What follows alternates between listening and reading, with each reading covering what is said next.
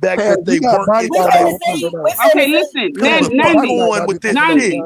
Landy, my question is, you said we got to Y'all take tripping. responsibility, You got right, for body who we by lay down with, Taz. right? So what I'm saying is that let's say at the time when you lay down with somebody, right, You did take responsibility. You did cross your I's and dot your T's or whatever, right? You laid down with your fiance, right? You ain't get married, but you laid down with your fiance. Y'all were living together, whatever, right? You thought you met his mama, met his daddy. If there's that, y'all was working, y'all was building, Black Power, all of this stuff, right?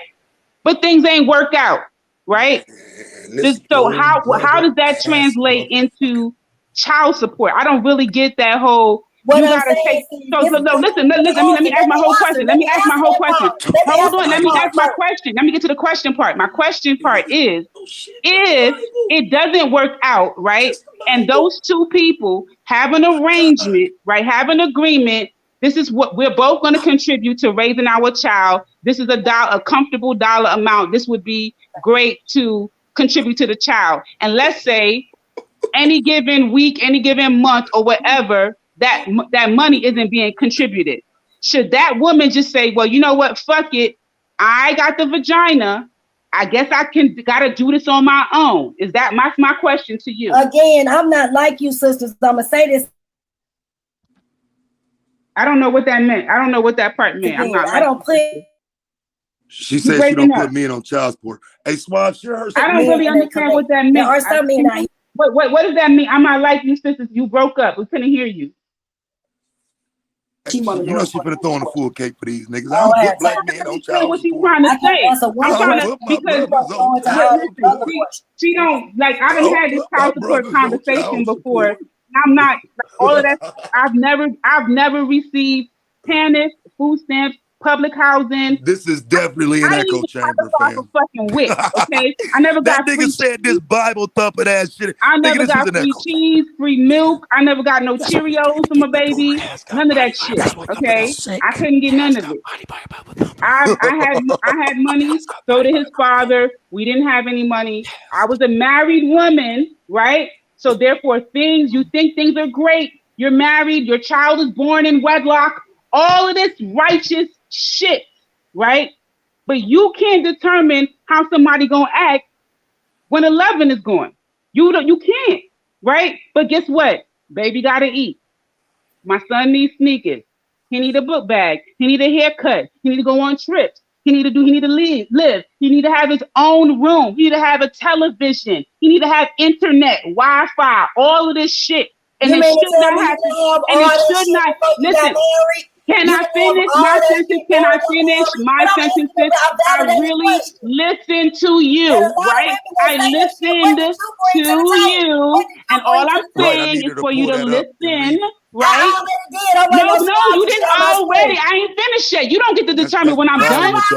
You don't get to determine when I'm done, boo. You don't get to determine when I'm done. I'm gonna tell you when I'm done. I'm gonna tell you. Just sit in the fucking corner and wait for me to tell you I'm done. You sit your ass in the corner and you wait. Because I listen. Melanated know how to be disrespectful. Melanated knows how to be disrespectful. I don't gotta be yelling and screaming, acting crazy, but I can be disrespectful just like you. What the fuck? Okay, thank you. So like I was saying, so nobody has all day and forever to give excuses for a black man to do what he's supposed to do. That's why we got child support. If you want to be mad at the people who are not providing. You have to provide for your offspring, right? And if you're not, the government will do it for you. Point blank, period. So that's it. Stop crying about this shit. It's a lot of men that take care of their kids and they not on child support. I've said 3 times, I've shared every woman, every man. If your baby mom is acting crazy, put yourself on child support. Put herself on a visitation schedule and hold her ass accountable. Can a woman prevent you from seeing your goddamn child? Are you dumb? Go to court. Oof. Go to court. Or what you going? I don't want the man in my shit. All right, well, don't see your damn kid then. That's on you. You can't blame somebody. You can't blame somebody else for your inaction.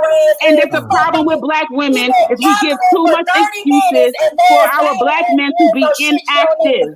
You're okay with a man being inactive. You're excusing a man being inactive. That's a problem. That's a problem. What about the inactive women out here who beat their children, abuse their children? There's a whole system for their ass. There is a whole child services system for their ass. What do you mean? What about the women? They go. What about the wet getting bitches? Let's worry about the ones who get food stamps. There is a whole child and family services. They get put in foster care. What is foster care, Nandy? What is foster care? Daycare? What the fuck is foster care? Watch your own kids. What the fuck is foster care? What you mean? What the fuck is foster care for? Most of the time, most children that go to foster care, you ask me a question, let me answer it. Most of the time, when children go in foster care, it's with inadequate ass mothers.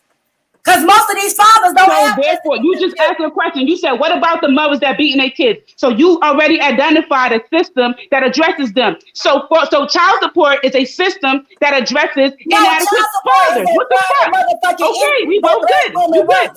All right, you good. Goddamn dumb. Everything is good. Just shut the fuck up. You just identified a system that addresses inadequate mothers, but you have an issue because fathers are being held accountable. You have an issue with male accountability. You have an issue with male accountability. Let me answer them. You have an issue with male accountability. You must have been one of them parents that wasn't hitting no shit. Yeah. Is it possible that we can deal with the Supreme Court case? Speculate all you want to about me, that go, man. We all motherfucking speculating. Too much misrepresentation. I haven't said nothing about your character. I have not said anything about your background. So don't say we all nothing. Don't say we all nothing. I didn't say, oh, you must be single, or you must be this, or I didn't say anything about you. You're long-winded. Hey, what was the case called that you had, Nandy? Nobody called your damn name. Nobody brought you in there. You nosy as shit. What was the case called? What was it called? You nosy as shit. You are long-winded. You nosy as shit. Nandy spoke. I was in the chat listening to her talk, and you was on mute. You ain't say shit. She was talking forever. You ain't never said Nandy. You long-winded, so you can miss me with that shit. I could long-wind your ass right now.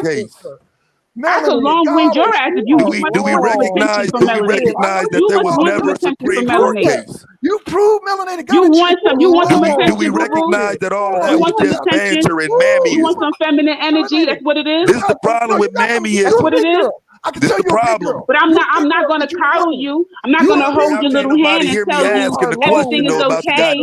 Supreme Court case. Puka. The one that never everything is okay, Puka. No, I'm not going to do that. I'm going to say take that wrestling, amateur wrestling uniform off and go kick the white man's ass. That's what I'm going to tell you. Go kick the white man's ass. Behind her like the bitches you is, and she don't know what the fuck she talking about, and that's why you niggas so fucking stupid. That's why you niggas are so fucking dumb. Because she opened that skirt up for you niggas to run behind it, and you ran back there, and now I'm asking one of you hoe ass niggas to help her. She's dead already. There is no Supreme Court case. Nothing's going to help you, and I'm waiting for you to attempt to try to get it right. Please. It was right, Taz. Please try. What you talking about there, Taz? What you talking about there? I'm talking about the Supreme Court case. Could you stop with the pom-pom, Blackson? What are you talking about? Winded, long Melanie. What are you talking about? Okay, now go ahead, Taz. Go ahead, Taz. Go. What are you talking about? I don't know if Nandy's still here, Taz. I don't know if Nandy's still here. No, she's still nowhere, nigga. Nandy ain't hanging up. What are you talking about? She ain't going nowhere. So what's up, Taz? Why you get bodied by her a question? I'm just saying. I don't know. Why do I get what? No shit. Why did you get bodied by a Bible thumper, man? What's going on with you, man? What are you talking about? Why are you listening to him, debate? Melanated. No, I said, no, Taz was asking a question about bodied by a Bible thumper. What are you referring to? See, melanated. Melanated the kind of sister when a nigga starts. Are you referring to the S.V.D.L championship debate? No, Taz. All I got bodied in that debate. You got I'm waiting for Nandy. Excuse me, y'all. Taz. Who the fuck Taz, hold on a second, please. Let me say one thing. Let me say one thing. Let me talk. God damn, come on, Blackson, y'all. Let me talk. I'm not. Taz, you asked me a question. I dropped all the cases inside of the chat because Suave's not sharing my screen. All right, let me go check you out. Let me go check you out. Check you out what you got here. Is more than one?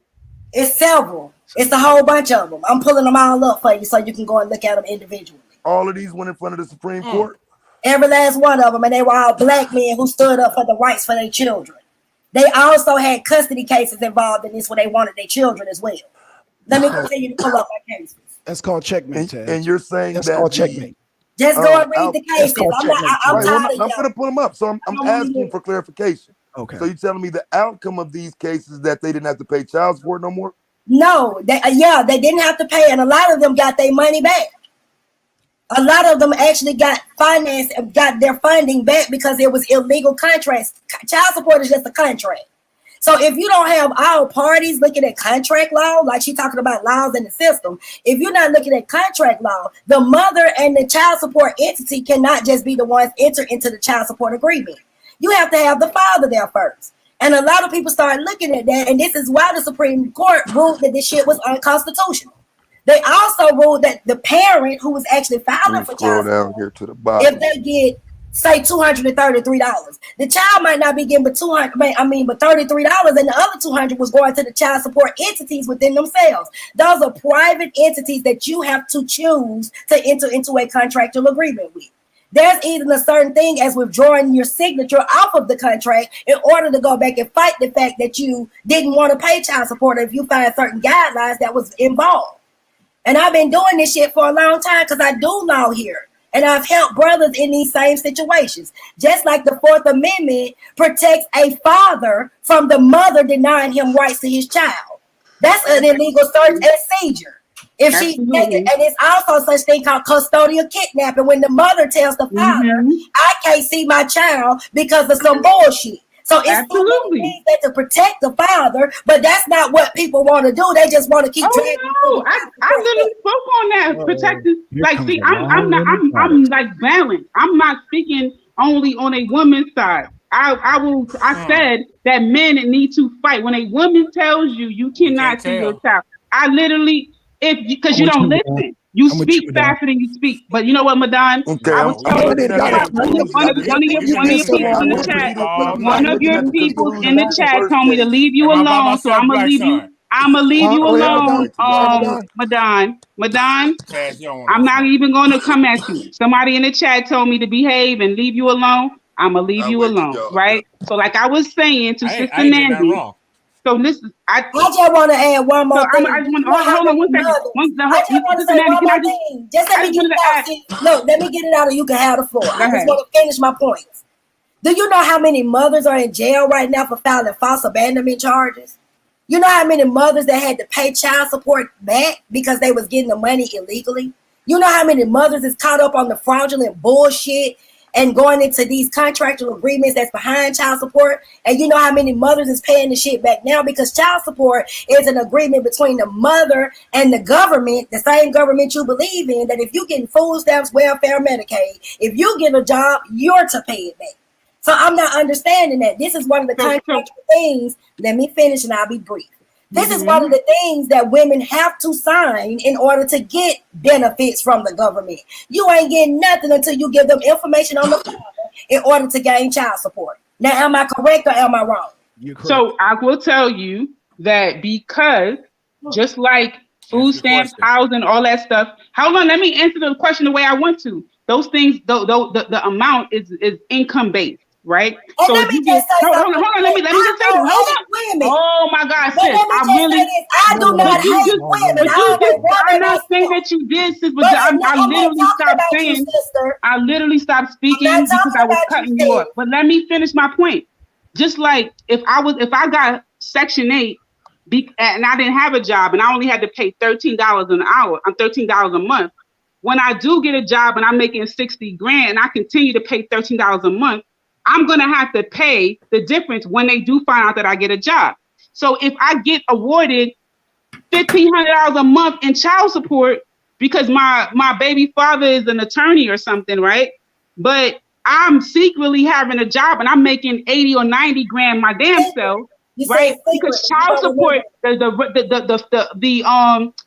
formula for child support is a portion of the mother's income and a portion of the father's. Child support is not let me only. answer that. But you're not letting me finish my point. Like I'm you. gonna be able to keep up with all the shit you saying. So can I? But I'm all I'm speaking about is child support. You should be able to keep up with that, right? But at least let me finish my point and not you just. I gotta stop talking because you ready to rebuttal. Right? I was talking about child. I'm still talking about child support, but you stopping me, right? All I wanted to say is that the state that I lived in, the private entity, their portion was $50 per year. The annual, the only portion that they got was $50 a year. That's all I wanted to tell you. That's it. Drop the mic. I'm done. I'll mute up. Let me ask you a question. You talking about the same Section 8 program that said your man can't even be in the house whether he have a job or not? I never received Section 8. That's what I'm asking. No, I wasn't speaking about that. It's Section 8. Section 8. Section 8 to doesn't separate families. That's what it's for. Section 8. Yeah, this is again another false you premise. asked me a question. Let me answer you. Crazy, Section 8 does not say that you cannot. Oh my God, I'm about to answer you, sis. Section 8 does not finish what I was saying. Oh, okay, go ahead. And you talk about the same fucking programs that was created for the damn white people first. Food stamps. Yes, ma'am. That's exactly. So the program. Let me finish this. And there's more white people on that shit and taking advantage of it now, just like it was then. So how can you sit up here and say certain things? However, let me finish this. When they get Section 8, the husbands and everybody can be in the house. When we get Section 8, the black man got to go. When we get food stamps, the black man can't be on the food stamps. So what the fuck are you talking about? Okay, let me tell you what I'm talking about. And I just wanted to point out to Blackson that that's not considered to be long-winded, but you want to call me Mr. Long-winded. But anyway, my point is that the way Section 8 is just, that's why everybody be getting cussed out. Instead of the way that Section 8 operates right now, the way that Section 8 operates right now. So the way that Section 8 operates right now is that it doesn't. There's no rule that the man can't be in there. But hold on, let me finish. I know that sounds that's triggering. But let me finish. I let you finish. You stopped me from cutting you off, and I let you rock. Let me just rock. Right? If I'm paying $13 a month right now, to be honest with you, you're correct. I can't have a man living there and I pay $13 a month. Right? I've witnessed this with my own eyes. My family members, they were not married. The children had her last name, even though they were together. This was the hood hustle. The baby was born. They agreed to give the baby her last name. She told social services she didn't know where the baby father was. That's my family member. They have always been together. Hold on, let me finish. They've always been together. Boom, baby number 2 come. There's 2 babies, both with her last name. My family member said, you know what? Fuck that. These my kids, put my last name on that motherfucker. Fuck that. He worked part-time and went to school part-time. So he was like, you know what? If I gotta pay a little bit. So they was paying like $200 a month for rent. She had Section 8. His name was on the joint. He worked part-time. He paid $200. He graduated, got his bachelor's degree, making more money. They went to $500. Then they went to $700. He said, fuck that. They went and they bought a house and they got married and everything was good. So she had a man's name. She had a man's name on her Section 8 voucher, and they included his income, and then they prorated what they had to be responsible for as a couple. That is a myth. That is propaganda that you can't have a man in your house and get Section 8. Section 8 is income-based only. Section 8 is income-based only. It's nothing to do with gender. We have homosexuals. We have 2 lesbians together. We got 2 gay men together. This time of gender, that shit is over with. It's over with. Stop spreading them lies. Stop it. I'm not She's talking while I'm talking. Stupid ass. She's talking while I'm talking. She's talking while I'm talking. That's why I keep talking. That's when why you I keep it's talking, because she's talking while I'm talking. And you're not saying shit about it. So you need to shut the fuck up. You long-winded, Shut sister. the fuck You're up. long-winded. Shut the fuck You're up. Shut the fuck up. You need to go in your bathroom and make another mask because that shit looks like trash. Go in and make another mask because that shit looks like trash. Right here, long-winded. You're You long-winded. look like a fucking fake ass wrestler with that shit on. You're long-winded. Some homemade ass wrestler uniform. Go somewhere with that shit. Now let me ask a question. Let me ask a question. If Section 8 was originated for the white people and not blacks at all, and then when they did start worrying about blacks, because we going all the way down through history. See, today now they might, and majority of the people are either, mentally distorted. They had to have been homeless. They have to have some type of disease or illness. This is when most of the men get these benefits. They just started allowing men to just get food stamps if they were out of work or if they were out of housing. But if you take this shit all the way back to the early 70s and 80s, anybody who was on Section 8 know their mama had to hide their daddy clothes when them people came around for the inspection every year. Many people knew this shit. The same thing you just said, your people had to do from the beginning. And the rent went up. So if it was a lot of situations where back then blacks couldn't get jobs, blacks didn't have the access to the benefits that's there, and they still have racial laws and clauses in these particular contracts when blacks come and apply for these benefits. How could you sit here and say that? Anybody black. It's about poverty. It's about poverty. You're making it about race. You're making it about race, and I just think that that's inaccurate. You didn't let me finish. The whole governmental system is about fucking race and being prejudiced. The whole system that you big up in, they got all kind of laws that are wrong. Can I please finish this? Let me hear the soundbite of me bigging it up, first of all. I'm just saying, because you're talking about there is a system in place to make the fathers pay child support. That's not big. That's stating fact. That's fact. That's not me bigging it up. That's not me bigging it up. So call it what it is. Saying when you stated those facts, that's more accurate. Don't say I bigged it up. The system was built on white supremacy. But see, they realized that you just said the system was built to take care of white people who wasn't taking care of their kids. White fucking supremacy? What do you know the definition of supremacy? You just said that the system initially was instituted for white people who wasn't taking care of their kids. How is that white supremacy? That's true. That's true. How is that white supremacy? What you mean? So white people holding other white people accountable because they don't want to fucking take care of their kids. Black people that couldn't take care of their kids either, but they didn't give a fuck. No, you said that's after the fact. Wait, did I misunderstand you? You said the black. You misunderstood. So you're saying the black people was before the white people? No, white people was before the black people. Exactly. So what you're saying is that initially, at first, you had white people holding other white people accountable for taking care of their kids, and then black people got involved. I guess you're gonna answer the question for me too. No, but I gotta ask. My question is: was it white people holding white people accountable, and then black people got involved? Is that what you're saying? No, hold on. How the fuck they holding them accountable? When these were veterans and all kind of people that came back from the military and they gave them fucking benefits and access to shit that didn't belong to them in the first motherfucking place. Well, I'm talking about child support. So we're not talking about child support. We're talking about no. You're not going to skip back to that. What you was talking about just now, we were talking about the Section 8 programs and what the fuck the government was doing in order to keep the black people out. And they still doing it today. Still doing it. So who is the recipients of public housing, right? More white people. Look it up. And food stamps and welfare. So therefore, how is it a bad? Listen, because if they're the majority in the country, how is that a bad thing? Of course, white people would take advantage of them. How is that a bad thing?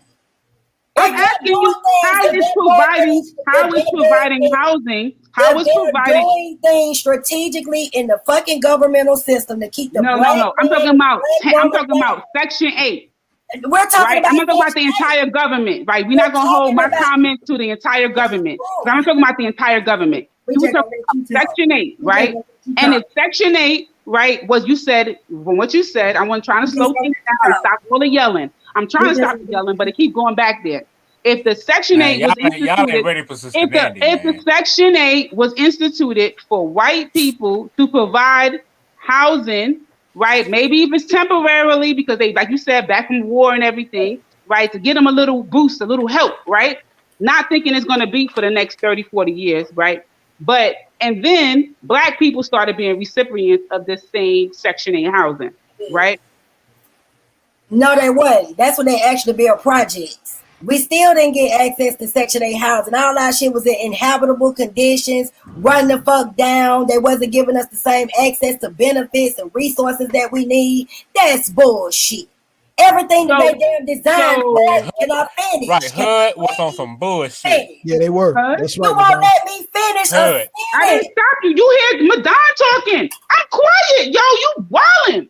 Madon is talking. I just had to throw HUD. That's HUD crazy. is who we talking about. That's crazy. HUD. Nandy, that's Madon These talking. things. He's trying to get in. No, So you know what, I'm agreeing Madon? with Sister Nandy. I'm gonna go on mute, right? Because you've been too. trying to get in. You know what I'm saying? I'm gonna respect the person who's non-deserving of respect, and I'm gonna go on mute. Wow. See, Wow. this is the kind of joke Even a we long got winded going on out disrespect. here with Exactly. a lot of these sisters. You know what, Sister say, Nandy, you know what, this how you know Nundy done had a good life with my Black men, because the only ones that's hateful and bitter and evil is these single baby mamas. The baby mamas who done had somebody bash their head in, the cackling hens who talk too motherfucking much, the complainers, the ones who want to sit on their ass and worry more about what the fuck their hair and nails look like, they stilettos and shit, and worrying about their children. It seems like to me that the group of women that's even saying this is motherfuckers who've been through bittersweet shit. I've been through bittersweet shit with Black men myself. I never said all Black men were great.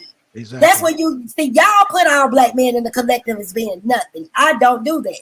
Some of us have had good relationships, good lives, and good experiences with Black men. Others have made decisions and it resulted in something else, including myself.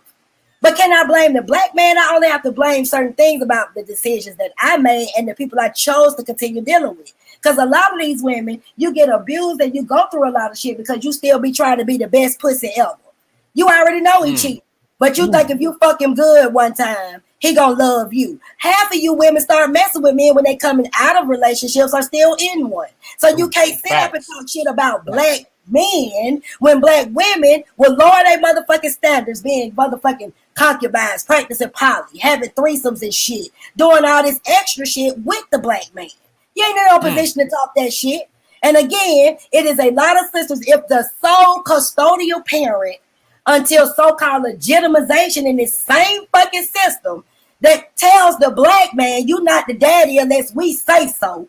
Come and see the judge, come and see the white man, and we'll decide if you the father. It's a lot of fathers that want to step up for their children, but it's the mothers that takes this shit through the system because they don't want the fathers to have access.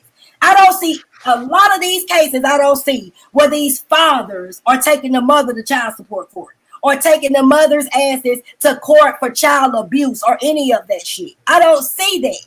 So don't come at me with the bullshit. That's right. That's right, Sister Nandy. That's what we call accountability.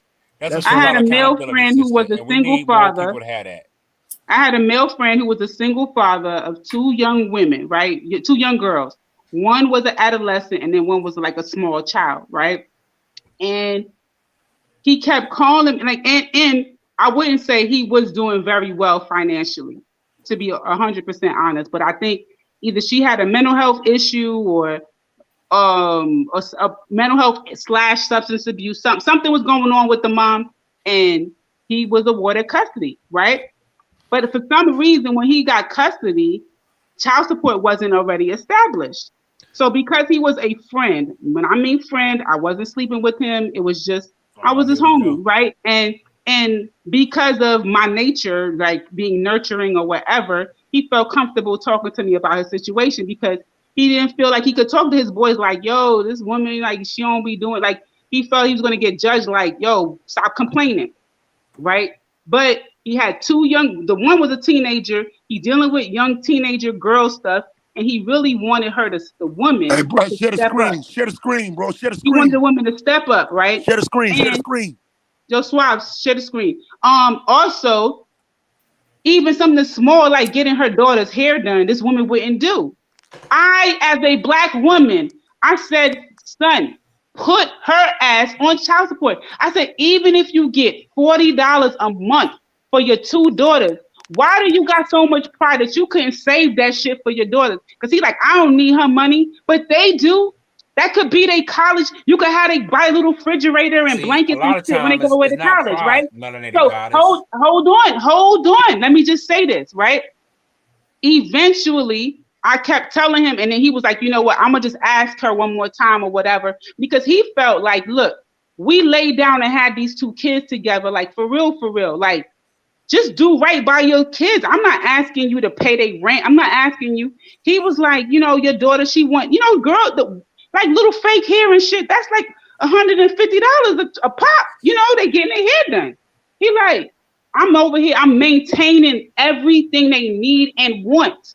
And this is some extra stuff. Can you just handle that?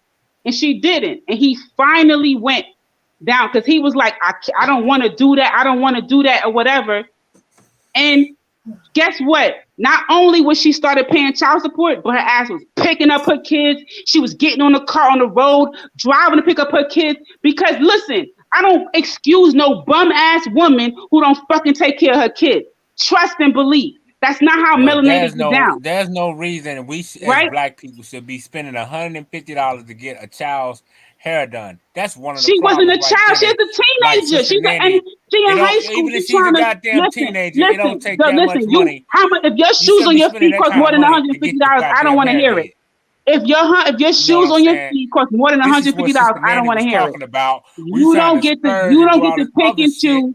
You don't get to pick and choose what somebody chooses to spend their money on, because maybe she had $25 sneakers on her feet. Maybe she had cheap shoes on her feet, right? And she liked to get her hair done, right? Girls like to get their nails done. That's at least $40, right? You don't get to pick and choose what's important to be a young girl, just like boys like video games. When I bought my son, what's that thing? 2K, 2K19, 2K8. That shit is like $45, $60 for one game. Are you kidding me? That's expensive. That's the problem. Exactly. That's expensive for a little fucking video game. Now, you know something, I want to say this. It's funny to me because you ain't got no damn kids, Madonna. You talking like crazy. You talking crazy. Because you sound like a non-parent. You sound like a non-parent. You sound insensitive. The difference between me and you? I don't go out. You sound like a dumb parent. You sound like a long-winded. You're not even a man. You're a male. You're not even a man. You're a male. You sound like a dumb, idiotic male. All right? No, listen. Why are you Captain Sabo? You need to take that mask off, because you keep every time talking to somebody else. You ain't got shit to say to me, black son.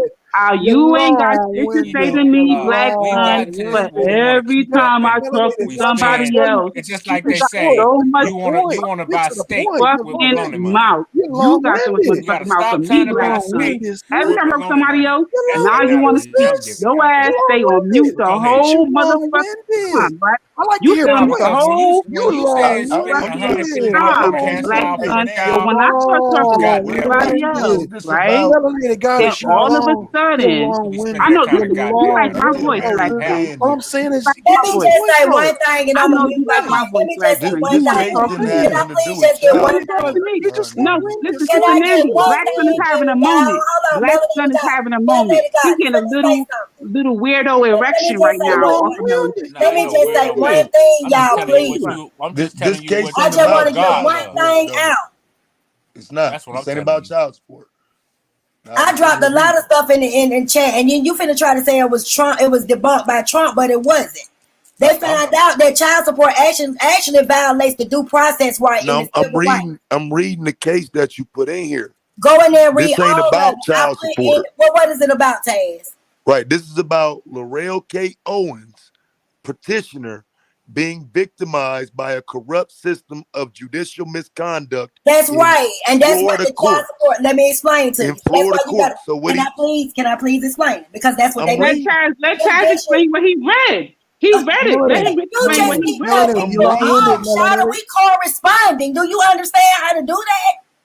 But he didn't even say nothing. Everybody else, and Melanated. You're long-winded, melanated. But he didn't even say nothing. You like, let me explain it. Melanated. You long-winded, sis. You're long-winded, melanated. Yeah, Shut the fuck yeah, up, what I'm with your saying is black ass it's not You're child long-winded, support though. melanated. You're long-winded, sis. and you're busted as shit. You're That's why you Right, covering okay, your all face. right, but bro, hold melanated. down for a second though, bro. I know bitch ass niggas like you need to help.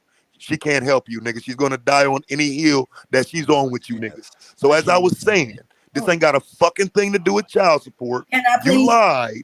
No, This I is a did not. married man. That's why you need to and- read everything that you're looking at.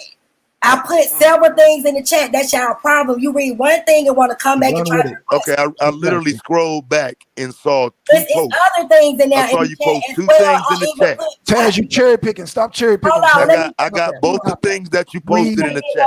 You did not read it that Post fast. it in the back Taz. chat. Did I Post miss it in the something? back chat so he's not confused. Post it in the back chat of the, no, just post Did I it miss in the back something? Because chat so all he's I'm not trying to do confused. is talk to Taz for a minute. No, I'm saying there's a private chat here. You can post it there so he's not confused. That's all I was saying. Taz, go ahead and finish and then I'll respond. Because I got to Right. Well, no, I'm saying it's literally about a divorced man. So any conversation about a divorced man and child support is going to be held through divorce court. If he's claiming that something was done to him through the courts and filing a lawsuit against that, basing that on not because it does list the relationship he has with his mother, with his baby mom, and it lists how the court is infringing on that. But this isn't about child support. Can I finish? Sure. If you got, first of all, I posted several things in there. I even posted the due process violations. It is judicial misconduct. That's what it falls under. If you understand court terminology, judicial misconduct.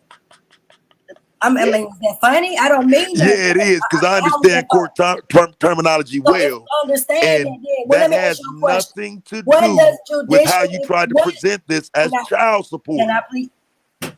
You're spinning it now. Again, what does judicial misconduct mean? If they're using the Constitution to say that the Fourth Amendment with child support and violations of due process of a father seeing his child, it will fall under the guidelines of judicial misconduct by the judge that accepted the case. This is why I'm trying to explain. If you just, give me a few seconds. So if you look at all of this, this is why he was able to argue judicial misconduct, whether he's divorced, whether he was married to her, if they having issues with the situation with the child, and there was judicial misconduct involved, which in most of these cases it is, because the Fourth Amendment is violated all the time, as well as due process violations, which would be the Fifth Amendment, then they have the right to argue those points. And any interference by governmental officials, that means defects, that means child support, even the police can be charged with custodial kidnapping, as well as the violation of the Fourth and the Fifth Amendment when it comes to children. That all falls under the guidelines of judicial misconduct. The United States Supreme Court has recognized that matters involving marriage, procreation, and the parent-child relationship are among those fundamental interests protected by the Constitution. The decision in Roe versus Wade was described by the Supreme Court as founded on the constitutional underpinning of a recognition that the liberty protected by the Due Process Clause of the 14th Amendment. The non-custodial divorced parent has no way to implement the constitutionally protected right to maintain a parental relationship with his child except through visitation. To acknowledge the protected status of the relationship as the majority does, and yet deny protection under Title 42 to visitation is to negate the right completely. In other words, this has nothing to do with child support. Taz, so you didn't see the other article that I put in there. The U.S. Supreme Court has ruled that finding parents in civil contempt and jailing them for non-payment can be a violation of due process rights of child support. In the courts, don't inquire first about parents' ability to pay child support. So if parents can't even have the ability to pay, there's other things that they have to do. So they say incarceration as a voluntary unemployment. Let me start right here. Despite that, more than a dozen states don't let parents apply for reduced payments while they're locked up. The new rule will change that states can no longer consider incarceration as voluntary unemployment and must create certain guidelines for assessing parents' actual ability to even pay child support based on earnings, income, and other circumstantial evidence. With the new regulations, HHS tried to strike a balance between holding non-custodial parents accountable and recognizing that many parents miss payments because they don't have enough money or either arrested, according to a 2006 federal study of 9 states. 70% of late child support payments are owed by parents who make $10,000 or less a year. For these parents, the average child support obligation equals about 83% of their reported income, according to the Urban Institute.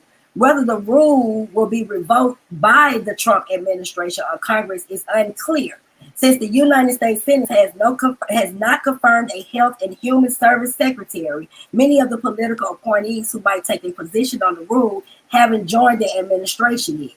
For the time being, the department is moving forward with its implementation. An earlier draft of the rule did, however, have an influential opponent. House Speaker Paul Ryan, which is a fucking cracker, introduced legislation to block the rule before it was published, complaining that Obama was using the regulatory process to usurp Congress' policy-making roles in the child support agreements. But the legislation died in the committee, and Ryan's office did not commit on the final rule. So all of this stuff, the National Child Support Enforcement Association issued a statement in support of the rule, describing it as a culmination of ideas from a diverse and bipartisan group, and noted that many of its comments on an earlier draft rule were weighed carefully and addressed. The Obama administration took more than 2 years from announcing its proposed rule to publish the final version in December. So I can keep going on, and it's written down. And you'll never get to a point where nothing was changed. What you mean? A lot of stuff was changed. Okay, and so because this is what I need you to go to. 1998. That was in 98. We talking about during the Obama administration. Right, and during the Obama what they're wanting, what they would need to change is the Deadbeat Parents Punishment Act. You're not even making an argument about child support right now. Because first off, there is no national law that does anything more than regulate what the other states are supposed to do. That's the best way you can put. There's no federal child support system. So at best, they can only dictate what states are supposed to do. And then states create their own loopholes. Well, with that Deadbeat Parents Punishment Act, that gave them the ability to take the money however and whenever they want to. You have to change that first. It goes all the way back to 98. Anything you see in between that doesn't reference that does not change the issue of them being able to take your money whenever they want to. So, Taz, not trying to change the subject, but I'm just saying, in North Carolina, if a man is put on child support and he's married, they actually consider the income of his new wife, right? In the state of Georgia or New York or Virginia or whatever, the new wife's income is not included, right? So what Taz is saying is that states have lots of flexibility in how they actually implement child support. That's it. I'm on mute. So I'm being brief. Yeah. And you don't see a problem with wages and shit. They can garnish her bank account. They can garnish y'all joint bank account. This is what I'm saying. He's speaking about. And you don't see a problem with that? Wait a minute. He's speaking about the dead. Hell yeah, I see a problem with it. But I see a problem with your stupid ass remedial understanding first. You talking about? I see a problem with that first. I see a problem with the fact that I could explain this to your dumb ass in detail, but your stupid ass ain't ready to listen until one of the mammies talking. That's what I could see. See, all the name calling. That's why I go to. No, I'm talking to him. I'm talking to him. You can always do yourself a favor with me and not even involve yourself. Because I'm telling you, you're more of a beneficial than you realize. I was talking about a name, but your dog always holler. Right, because The when you say deadbeat something in my punishment. We're just presence talking about a that's not situation true, going on in the I know Carolinas. this information. I live it. Can So I no, you elaborate can't on do that in something front of me. before? I want to elaborate on something Taz said, if y'all don't mind. Bro, yeah, this is a hot The mess. Deadbeat Punishment Act enforces the child support agreements. But if the child support agreement and the contract that was already signed by the mother and the department is actually incomplete, how can you enforce something like that? So even when you're using the Deadbeat Punishment Act, there has to be a child support order or a contract already in place. So that doesn't apply to I don't know people. why you calling it a contract. Because it is a contract. Like that's that stupid pro-black blackity Hold black on one bullshit. second. Hold on one second. A contract implies that you're Let me in give agreement you with a it. source. Type in our So child it's support. kind of like a drive-by. It's kind of like a hit and run. It's kind of like a hit and run, right? You don't agree to a hit and run, but people have your license plate, right? And they say this person hit my car, and then the car insurance. Let's listen, and the car insurance people hold you liable for that. So let me just give him the no, information. so what I'm saying, is that when a man has sex with a woman and he signs the birth certificate, right? That's his consent. That's it. He done signed the birth certificate. So what you mean? I can't Some get don't even child have support. some states you don't even have to do that. If Oh, she's saying damn. it's him, it's him. See, I done forgot what I was in the damn say. Yeah, Hold on. some states, So I said, oh should've damn, just you say heard it's me, him. sis. Listen, you keep thinking everybody's against you. I like for this conversation to be every time I less. start talking, I somebody try to cuts think, me off. but it's a You was talking about conversation. So I don't have the a contractual problem going argument on with mute, child support. right? I just said, oh damn, I was about to go on mute, but I wanted you to know that everybody is not against you. I didn't know that it's not all states. Now I'm informed. My ass going on mute. It's that simple. I'm not gonna fight this shit. Okay, You know what I Nandy, mean? you was talking about the contract I was conversation. ready to ask you if you look up child support or private entities, and they'll actually explain to you about the contracts in there. This is how a lot of these people have won their cases against child support because they were incomplete contracts. You cannot bind a person to a contract that they didn't actually sign up for. So if the fathers wasn't there, that contract was agreed upon between the mother and the child support office. So if the father wasn't there, that's how a lot of them has gotten their abandonment cases and turned over. If you could just look up, is child support a private entity? Is child support a contract? But now we're talking about a loophole, right? No, it's not technically. I just want to make sure we're clear because it's not a if this is your loophole. child and you're not paying child support, you saying this is the way out of it. What if I'm you saying, don't want to take care of your child. Let me break it down. This is what I'm saying. Fathers that do not take responsibility. I'm never saying all black men are perfect. That's not what Nundy's saying. People like Holite, Sanita, people who's not taking care of their children, that's bullshit. I agree with the sisters that there are some black men that ain't shit and should be held accountable. Some women have to go by any means necessary with these men that are irresponsible and not taking the initiative to do what they need to do.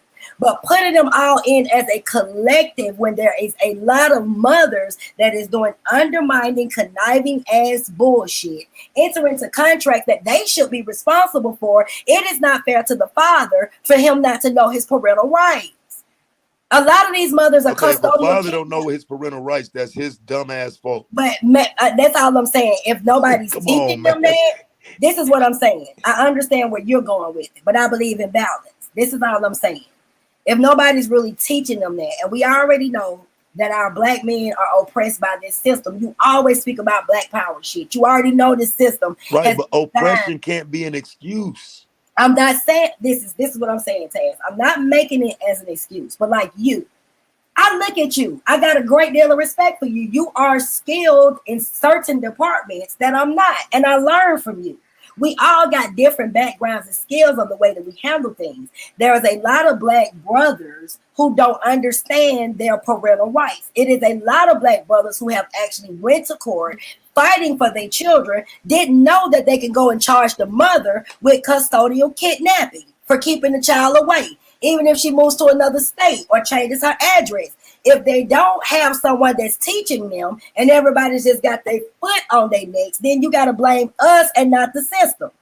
People like us who are educated and we sit up on top of all this information, we're supposed to be teaching balance. That's just like my sisters. These same things apply to them with the Fourth Amendment. How the defects people come in and just remove the children for no reason. They don't have to agree to these contractual agreements just to get benefits. There's ways around it.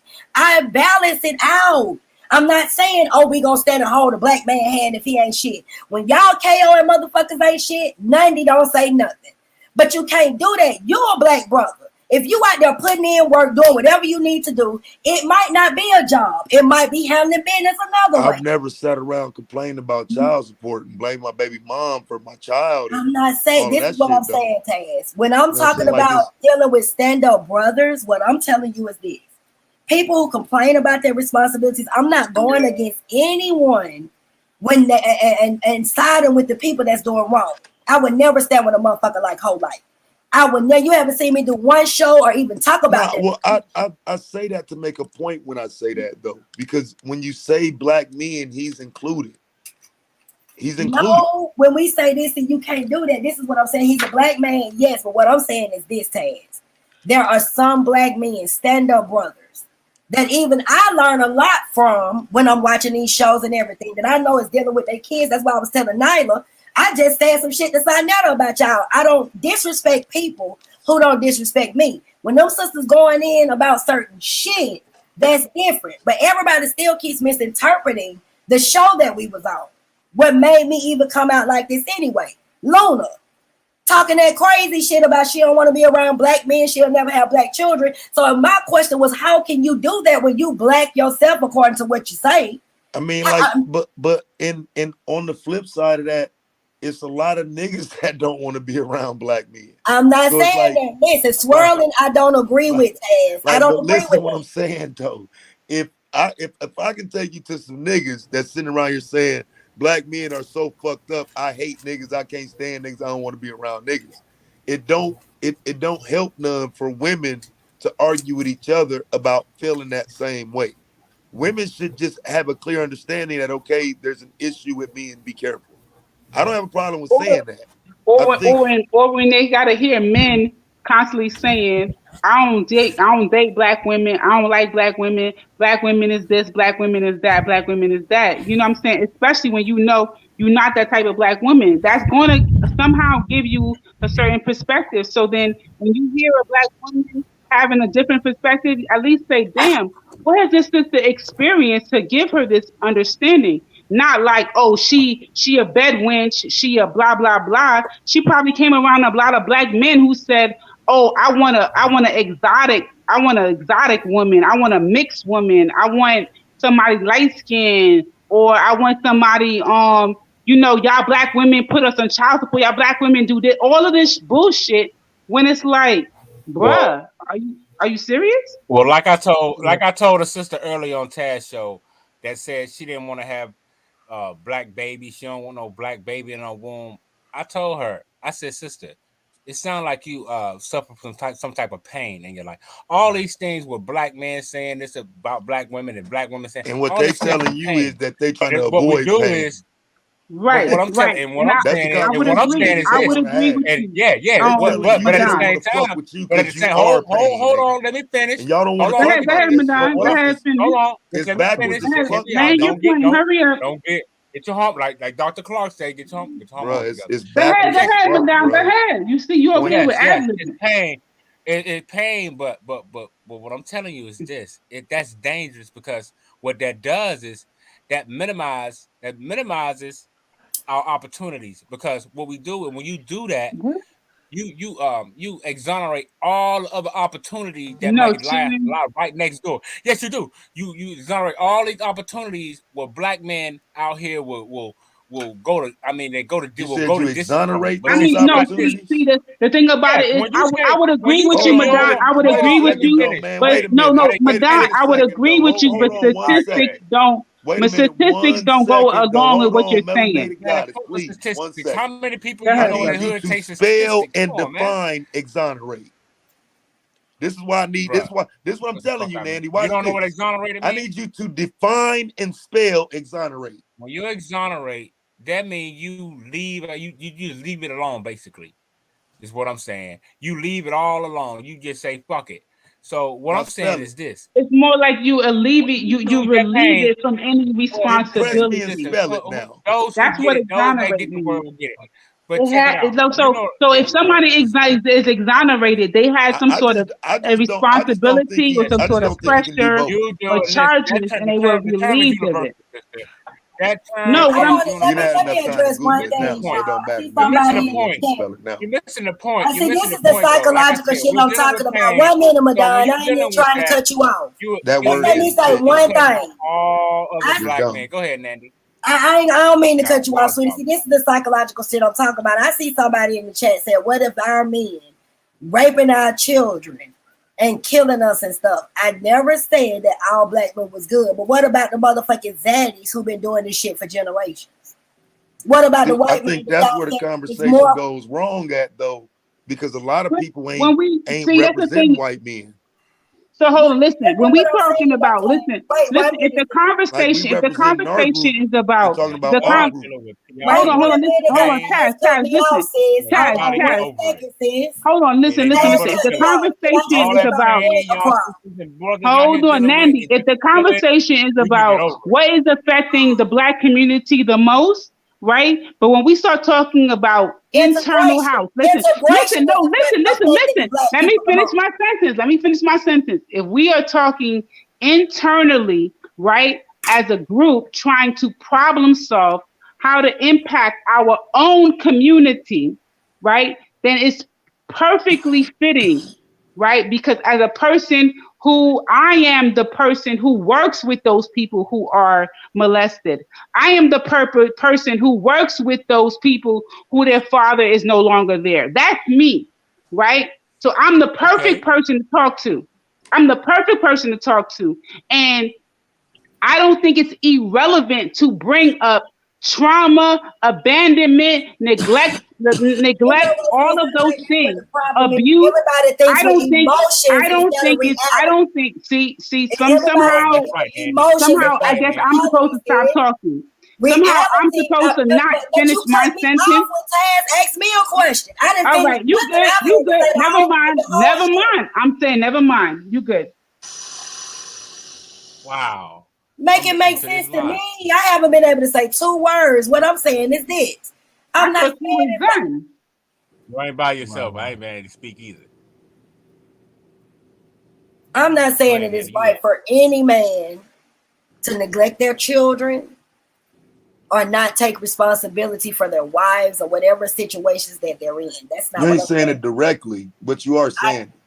No, I'm not I'm just saying. telling you as a man who's listening, No, see, this and is I the know thing. what other As men a operate collective, off of. I know what other men need to hide this is behind. what I'm saying, Tad. You're a benefit to them. Most of the people that is you all are thinking as a collective, so that's putting everybody in the box. I'm thinking outside the box. There are just as many good black men out here as there is fucked up black men. There's And that's just a problem. black women Even as if I there gave you is. that argument, that's a problem. That's That's too how many. it's. This is what I'm saying, Taz. But if that's a problem, the Arabs are a problem. The white people are a problem. They all got fucking problems with love, relationships, and children. We can't limitize that shit to just our people. Yeah, That's I bullshit. don't But know that's why you not put them in it, statistically founded. If because it the was just as conversations much, about them our numbers are would be at separate. 50%. We know That's most a of our different. people ain't Like participating I in don't the listen. statistics. Here's the thing. You got to understand that those are different conversations. Our internal issues aren't the same as our external issues, and so when we're talking about internal issues, you can't jump out and run to the external issues, because like we wasn't talking about those groups. We talking about us, and when it comes to our group, we don't want to deal with some of the issues within. You know what I'm saying? That's why, like I said, I'm always pick at you, but it's love for me. I like everybody know me. Like I don't do that shit. I'm never going to be disrespectful. And if you feel disrespected and you tell me, I'm going to apologize. I'm fucking with you. But I need you to understand the point, and you're not gonna get it unless I keep fucking with you. I want you to understand this point, regardless of what y'all say. I'm still gonna stand behind my black men because there's a lot of upstanding black men that's out here. I feel like they just don't get enough recognition. Even people that's talking about marriage, that started in Greece. That was marriage was with Greece. Name them niggas off right quick. Start naming them great niggas for me. There's a lot of them rolling out here. We can't go out here and just. Go ahead, give me a list of them right quick, man. I'm finna start doing some content on them. What's their names? What you mean? I'm gonna do some content on how great family men they are. men, people, the everyday people out here taking care of their children, Taz. That's kind of right. Well, I know about them. I mean, I represent them, but I'm saying you standing behind black men as if you have a long list of names you can provide me of great black men doing great things. Whatever. You collecting names, Taz? I can tell you my family members' names. You want them? Well, no. I was just trying to more so make a point about we don't all have access or knowledge of these people. So this is why those conversations start. People want to see black men come together and build something as a collective. I was willing to provide them because I agree, even though I have those positive examples, I guess from a professional standpoint, I work with people who have the opposite experience, right? So I can't act like my reality is the black reality. You understand what I'm trying to say? Like, I think that would. I'm sorry, I'm a weed. I want us to fight for more, though. I want us to build more.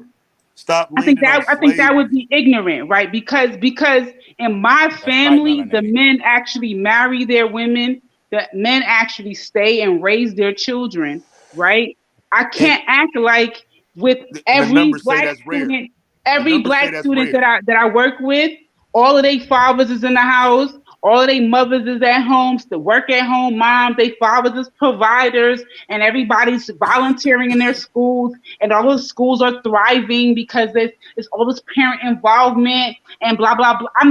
I would be lying. I would be completely lying, and the majority. When I say majority, 99%, 99, 98% of the people that I work with are black. Black meaning either black Caribbean, black continental, or black American. It's not, ain't nothing in between, right? It's just blackity black, black, black, and a little sprinkle of Honduran or El Salvadorian or whatever. Right, we got a little bit of sprinkle of Spanish. This is why we got to stop thinking so narrow-minded, man. That's narrow. 90-something% no, I'm not is talking narrow. about you. Okay. I'm not talking about you, Melanie. I agree with what you're saying. I agree with what you're saying because I'm in the South and I see married couples like it's oh my God, it's overwhelming. There's so many people married and black couples. They got nice houses. I can drive around my whole neighborhood and the next county, and show you black people living life like it's golden. Couples been together 20 years, 10 years, high school sweetheart, all these things. But what I'm saying is this. Yes, we're dealing with pain on both sides. Black men, like you got these MGTOW niggas out here, they dealing with pain. They've been hurt. So that's why they go out here and say this shit. When you hurt, you'll say all kinds of shit. And that's what's going on both sides. Black women are hurt, so they saying. And they got the right to do that. But at the same time, that pain, allowing that pain to overwhelm your mind, you will look over all the good men that right up under your nose and it can help your ass out. You know what I'm saying? But you still caught up in the pain of that last relationship. All I'm saying is that pain, yes, it's hard to get over, but at the end of the day, it's still just a feeling that you can get over. Go ahead. Hey, can I say this real quick? You got it, Blackson. Okay, Suave, Madon, Sister Nandy, Melanie the Goddess, Can't hear Tab. you, King. Oh shit. My mic is, can you hear me now? I don't know if your mic is muted. Oh, but God, still can't hear you at all. Like, why you sitting your stupid ass during a ski mask? Because it's cold where I'm at, Tab. You know, that's a shot at A9. That's shot at A9, yeah. The guy that bodied you. The guy that basically shot at you. Wait, the ski mask is a shot at 8-9. Are you fucking kidding me, bro? Yeah. Hey, but real talk. You might have to go out. You might have to go out and come back in, Black Son, because you still like we hear you talk. I can see you talking. Your mic ain't muted. You might have to go out and come back in. Okay. I don't know, King. But yeah, man. We're dealing with a lot of pain, man, in the black community, and that's all it is, man. We've been suffering through a lot through relationships and shit, and you know, I hate it hurts my heart when I heard that sister say she don't want to see a black child in a black male son in her womb. That's the most disturbing shit I ever heard. But I understand. You know, she's dealing with a lot of pain. And she agreed with me. She said, maybe it is pain I'm dealing with. I said, it is pain, sis. recognize it, and then I try to agree with you. reconstruct To be it honest with you, to I help you. switched off of Taz's live earlier. I could not listen to a black woman. I could not. I could not listen to a black woman saying that she did not want to have a black child. Like for me, because me personally, I'm not for um Swirling. divesting. I'm not a Right. swirler. I'm not, like, even though I will say that many of the things that the divestors say, I do agree. Like I'm putting that on record. The things that they say, I do agree. I am waiting. I am upset. I am frustrated. I am all of those things, waiting for black men to prove those people wrong. I'm waiting for But black men see, to but stand the see, fuck up. Oh, but see, hold on. melanated Listen, goddess. listen. Hold on. You see the same way that Taz says that black men shouldn't have black women defending them. They should defend themselves. I don't see anything wrong with that, and I support that. I am tired. I'm a black woman who's saying, I don't want to fucking support you. I don't want to be on the front line. I want to be a woman. Complain about us being masculine. Motherfucker, you be masculine. Let us be feminine. Let us do our feminine duties. Let you be on. I support all of those messages that Taz puts out. So y'all can say all that bullshit, but Taz don't only supports women that have issues with men. Taz supports women that actually love men, but we are fucking fed up of y'all motherfuckers being Well, comfortable with us being at the forefront, right? So that's what well, that's see the that. point that Hold I'm on, like, wait a minute, melanated. no, I no, hear you, no, sis. don't. Okay. But hold on, wait a minute. I'm just trying to see where you. Hold on, sis. Now, what black men are out here trying to put black women on the forefront? Who are you talking about? I absolutely listen. I Where? actually listen. I'm not gonna say the name of the channel because I wouldn't do that if it was Why? So S.V.D.L. we talking about Or a YouTube channel? hold on. Let me just hear me out. I actually was on a live earlier today, and the first I was like, this brother must have been listening to some damn Kevin Samuels the way he talking, right? But I didn't say that. I listened to him, and he said, "What's wrong with a woman making more money, but the man is he's still the head of the household. He's still the leader. He's still this da, da, da, da, da, right?" And I asked him. I said, "So tell me, what other group of men are comfortable with them dynamics that you're speaking about right there?"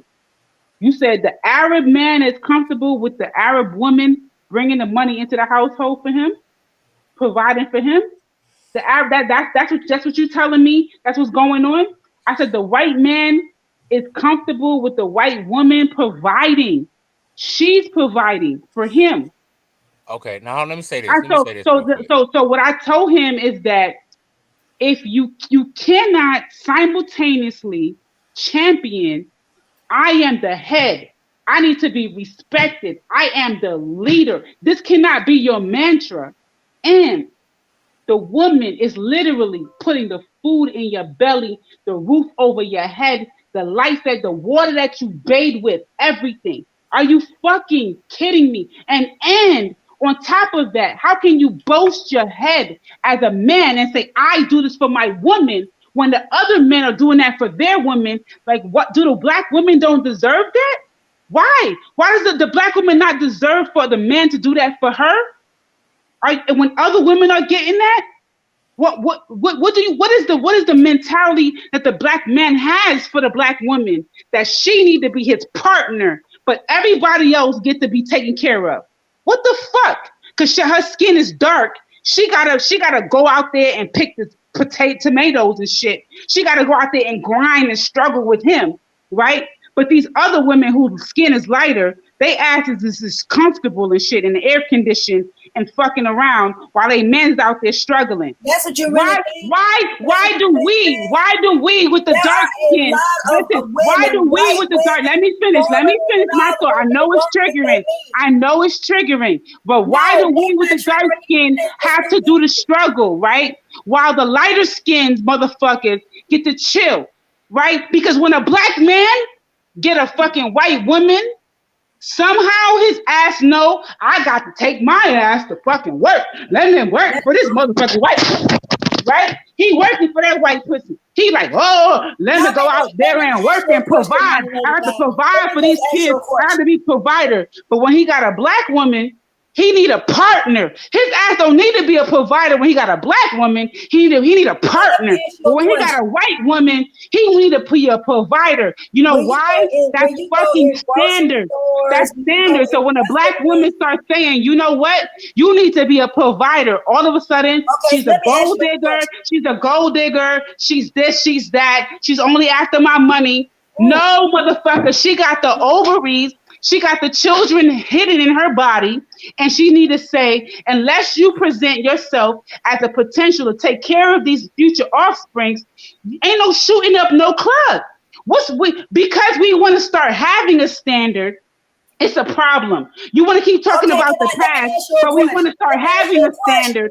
It's a problem. Let me ask you a question. I'm talking to Madonna first of all, because Madonna was the one coming to me with the smoke. So I wasn't really coming at you, sis, because I understand that as a woman, your perspective does have to do with things that you have experienced or the women in your life have experienced, right? So I'm never going to come at you the same way as a man who doesn't understand what it is to be a woman, to be exploited, to be taken advantage of, and all these other things, right?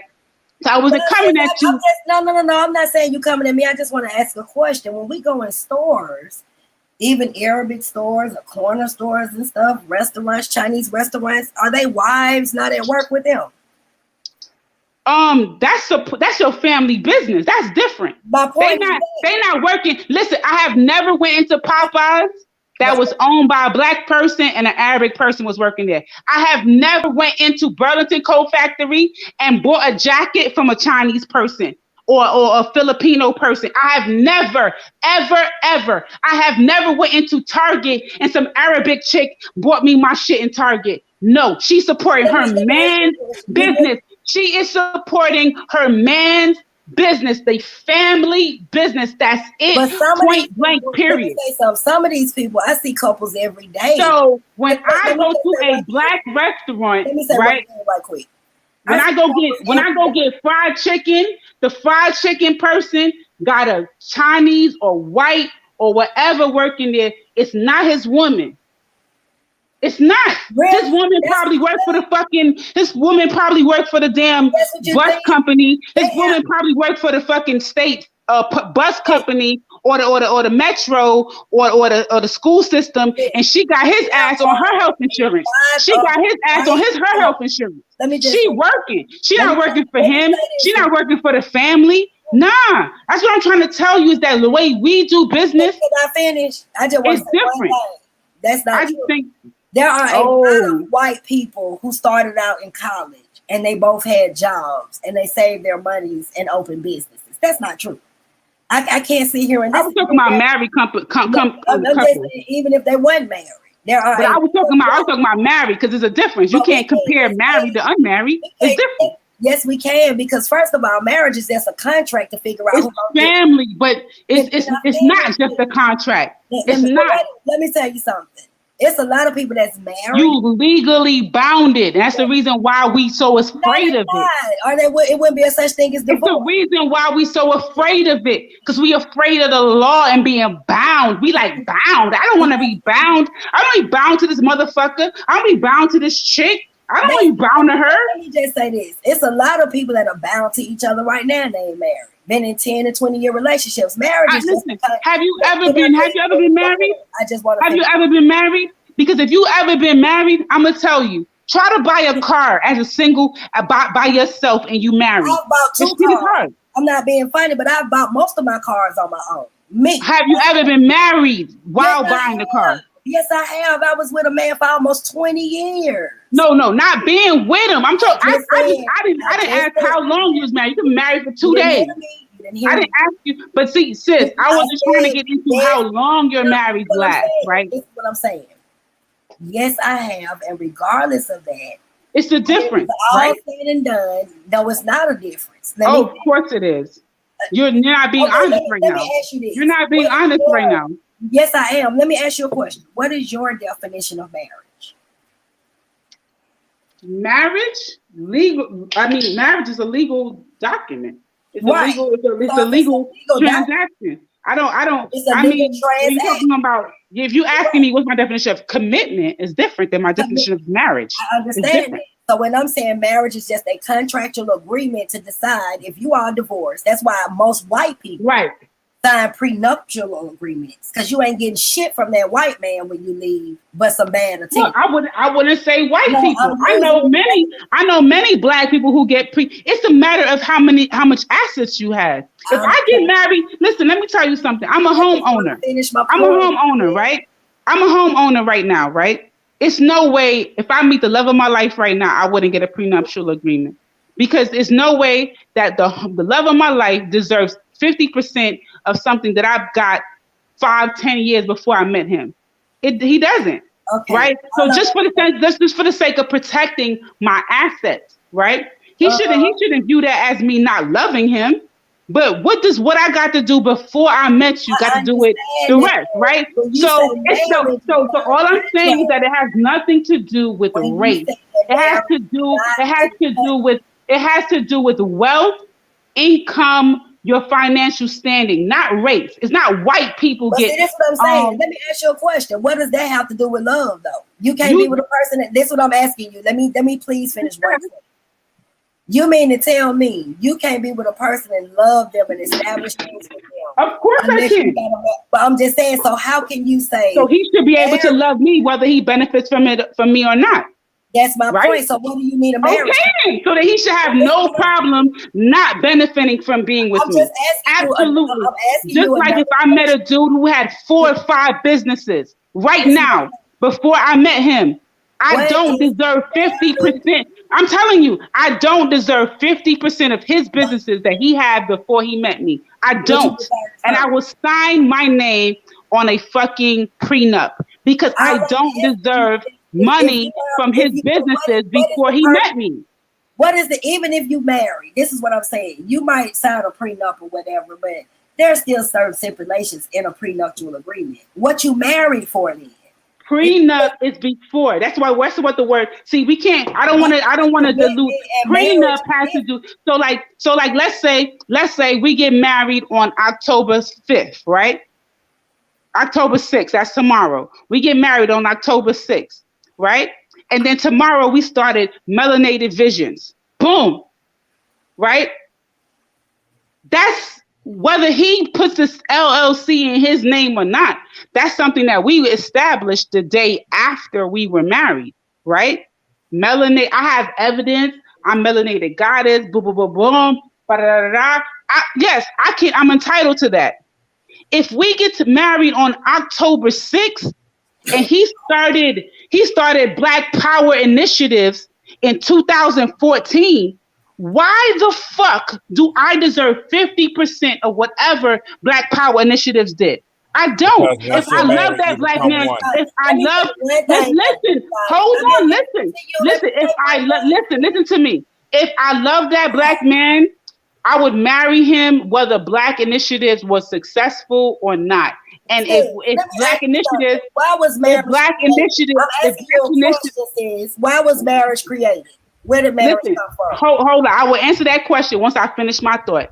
If Black initiatives is successful, then as his wife, I benefit from the success of it. And if Black initiatives was unsuccessful, as his wife, I suffer from the unsuccess of Black initiatives. But as a potential divorce person, right?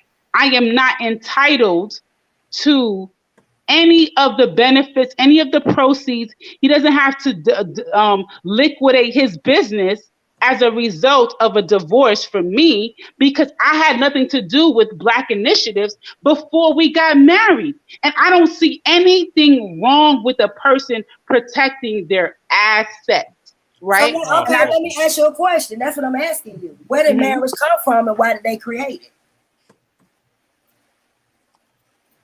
Okay, and you're asking this question. I will answer your question. Because if you I just want to understand, understand it the actually reasoning. started with the Greeks, and it was to protect the actual. It could have been the daggone. It could have been the pilgrim. Marriage didn't It could have start been with the pilgrims who killed the motherfucking Native American. I know. sister, Can let me I ask you a please question, finish? please. Marriage didn't start with the Greeks. Wow, I'm trying to tell y'all. If y'all, I mean, go ahead. I'll just let y'all take. No, I'm just I'm saying doing my. marriage. I'm trying to Marriage didn't start. understand what's the Marriage didn't start with the significance of Greeks. who created marriage, right? Because for me, right, I can't, from the time man and woman came together, right, and there was a such thing as having land, having assets, passing things down, having a kingdom, right? That was before. I mean, people had kingdoms before the Greeks, right? I just want to say this. Right. What is So I know.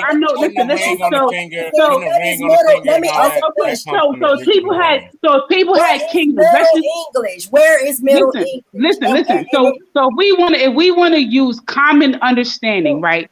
Before there was a Roman Empire, there were actual empires, right? So when there was an empire, that means that there was a leader of the empire, right? And if That's how there you was a got kings and leader, queens. so right, exactly, kings, queens, pharaohs, whatever you want to call them, obas, And a right? king and Depending a on queen the is established listen. through marriage. What I'm saying is that listen. So what I'm saying, like in Yoruba, king is oba, right? We don't whatever language they spoke, there was a terminology for king and queen, right? Oheni, all of these different terms, right? So regardless of that, right? There was kingdoms, there was leadership, there was marriage, there was a king, there was a queen, there was they had assets, right? And I truly believe that marriage was established, one, as a way to bring together families. No, it wasn't. Hold on. Okay, you can correct me. You can correct me once I'm finished. You can correct me once I'm finished my one little thought. Finish tomorrow. 10 seconds. 10 seconds. Right? Marriage was established to bring together families and also to delineate lineage and legacy, to include property and possessions. That's what I was going to say. There you go. See, that's all. Most couples, they actually have the information on marriages. Most couples didn't even marry for love. They was married because they wanted to have economic liaisons. The people involved didn't even have much to say about these decisions then, and often do today, because a lot of marriages are actually arranged. So how can you tell me in the Queen's house that Prince Charles wanted to marry Prince Diana? No, the hell he didn't. That shit was already arranged before they got married, because they believe in keeping the wealth in the circle. It don't have a damn thing to do with nobody being in love. I didn't say love. No, this is what you said. It was to bring families together. It was to do. I didn't know it was not. I didn't say for love though. In the beginning, that's what you said. You said that why the man can't love you and you can't love him. And I heard everything you said. That's why I told you to let me respond when you were talking. But that's not what marriage is in Middle English. I'm sorry. Wait a minute. Hold on. 1 minute, Madonna. Just give me 2 minutes. 2 minutes. In the Middle English and even in the old Hebrew culture, a lot of these marriages were arranged in order to protect their economic systems. It was called building generational wealth. I never said the word love. You could be an engineer and your man could be an attorney, and your parents could say, we want y'all to be married because you have a good children will have a good future. That's it.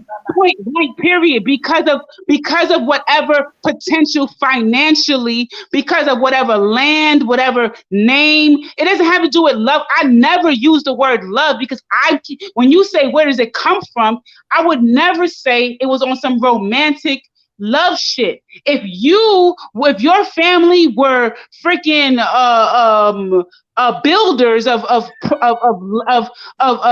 carpenters and so forth, and then my parents were freaking doctors and engineers, then we would be able to build a hospital or some shit. You see what I'm saying? Like that's how they came together. They didn't come together off of like, you know what, he makes my heart pitter patter.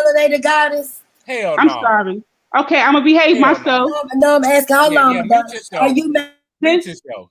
Because check it out, Don't call melanated. me. I'm sorry. Before my phone died, I we went was having too a far. I conversation. went too far. We was I having went a too far. conversation before my I'm phone sorry. died. I jumped I'm back sorry. on because Go ahead. Go. Let your phone die. Let it die. Peace. no, I'm talking about when I and left black out when we power. was talking. When we was Peace and talking black a while power. ago before I fell off, my phone died. So I jumped Are back you into married, it. melanated goddess? Now we was having a Married, conversation. I was Are you at one We was point having a in my life. conversation No, about melanated no, goddess. I ain't wait a minute. Hold divorced. on. You was waiting for black I'm a men to divorce. step up. I'm a divorce. But you Child don't go to support. the Child places where support good men be. recipient.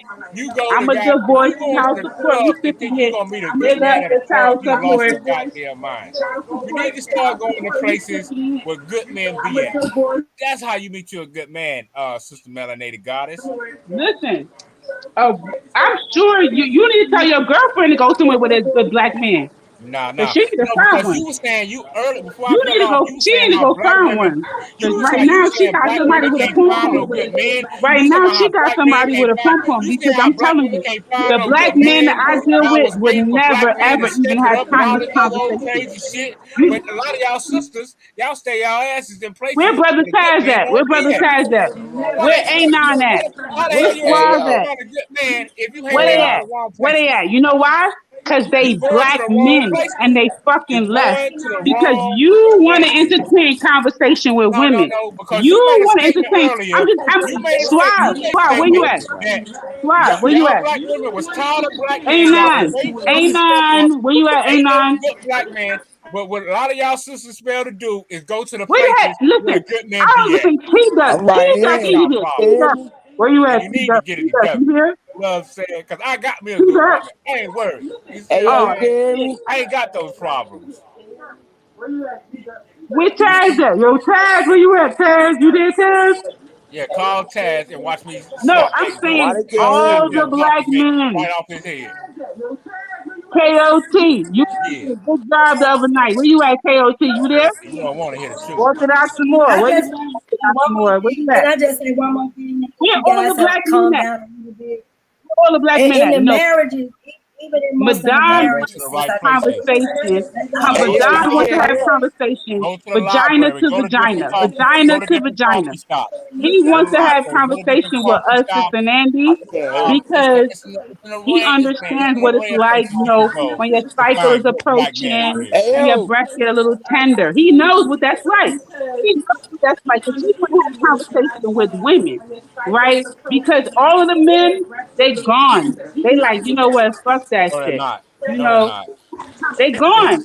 But you Hey, going yo, to the you Don wrong can't want to hear be me? places. all You up in the going to women the parade. wrong But when the places. men are, listen, Sister Nandy, if I'm wrong, show me I'm wrong. When all of the men are showing their bravado, you see if Madonna's opening his mouth when it's a bunch of male men on the panel. He stay quiet as shit, You lying. right? You lying. Quit lying. Quiet as shit. He be like, I catch niggas getting up. Niggas, man, listen.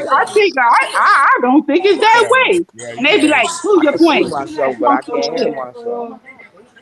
Nah, man, listen, melanated. Where brother All Blue I'm at? telling you, melanated, it's a lot of good men out here. You just going to the wrong places, sister.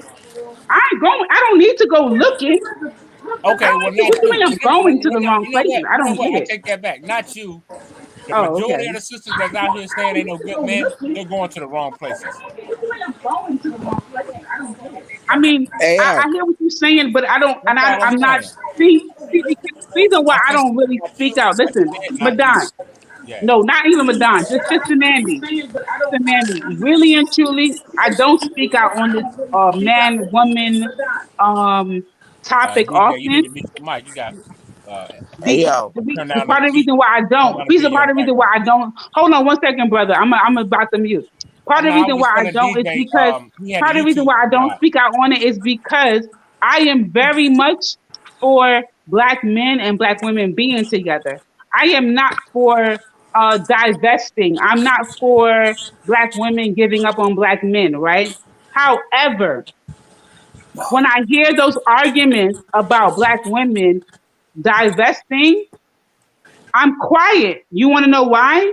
Because when you look at the numbers, so now when you put out the statistics, right, there aren't many black men that are able to be these quote unquote providers. They aren't as Wow, I many just black. heard that shit. Hold on, let Wow. me before listen before you have a response to my comments. Let me finish it.